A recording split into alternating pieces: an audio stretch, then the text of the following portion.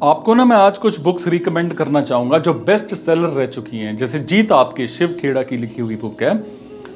जब मैंने life changing books पढ़ना शुरू किया ना, तो सबसे पहले मैंने इसी बुक को पढ़ा था और इसे पढ़कर मेरे को लगा कि आप जिंदगी के बारे में, लाइफ के बारे में कितना कम जानते हैं।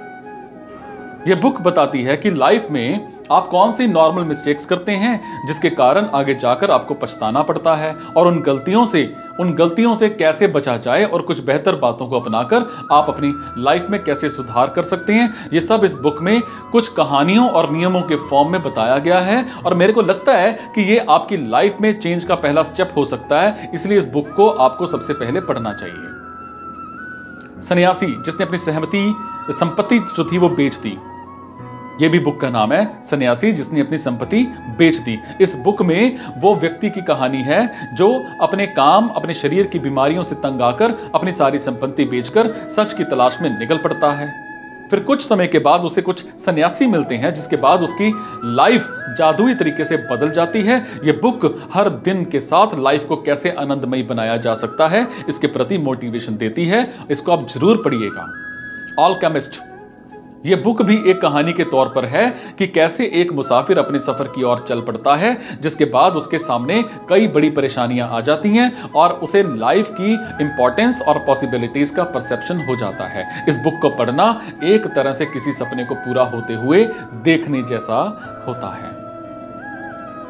इस बुक को पढ़ना एक तरह सपना है ना, और जो बहुत ही इंटरेस्टिंग है। और यह बुक बताती है कि किस तरह से नेचर हमारे लिए बेहतर ऑप्शंस खोजती है और हमें अपने गोल तक पहुंचने में हेल्प करती है।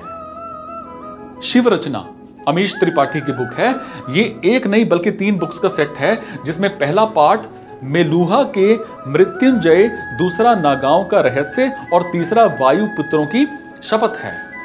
यकीन मानिए, इस बुक के राइटर अमीश त्रिपाठी ने अपनी इसकी रचना कुछ इस प्रकार की है कि जो भी व्यक्ति इस बुक के कुछ पन्ने पढ़ता है वो अगले पेज को पढ़ने के लिए एक्साइटेड हो जाता है। जब मैंने इस बुक को पढ़ा ना, तो मुझे ऐसा लगा कि मैं हर अगले पेज पर किसी रहस्य को खुलते देख रहा हूं। इसमें यह बताया गया है कि अगर भगवान शिव एक इंसान होते तो उनकी लाइफ कैसी होती। ये बुक्स शिव की लाइफ को दर्शाती हैं, और अगर आप भी शिव भक्त हैं तो आपको इसको जरूर पढ़ना चाहिए।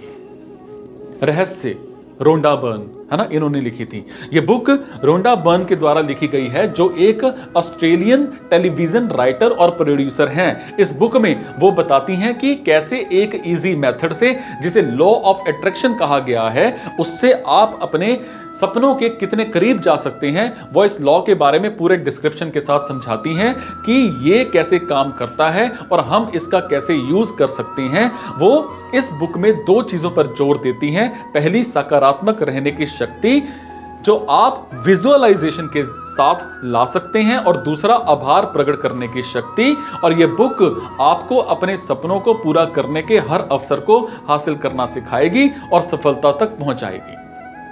इनर इंजीनियरिंग सदगुरु ने लिखी है। इनर इंजीनियरिंग एक बहुत ही अट्रैक्टिव बुक है, जो सदगुरु के अपने एक्सपीरियंसेस के बेस पर लिखी गई है। इस बुक के अकॉर्डिंग अगर आप तैयार हैं तो ये एक इंस्ट्रूमेंट की तरह आपकी inner intelligence, mind and supreme genius को जगाने में हेल्प करती है, और ब्रह्मांड की नॉलेज को शो करती है।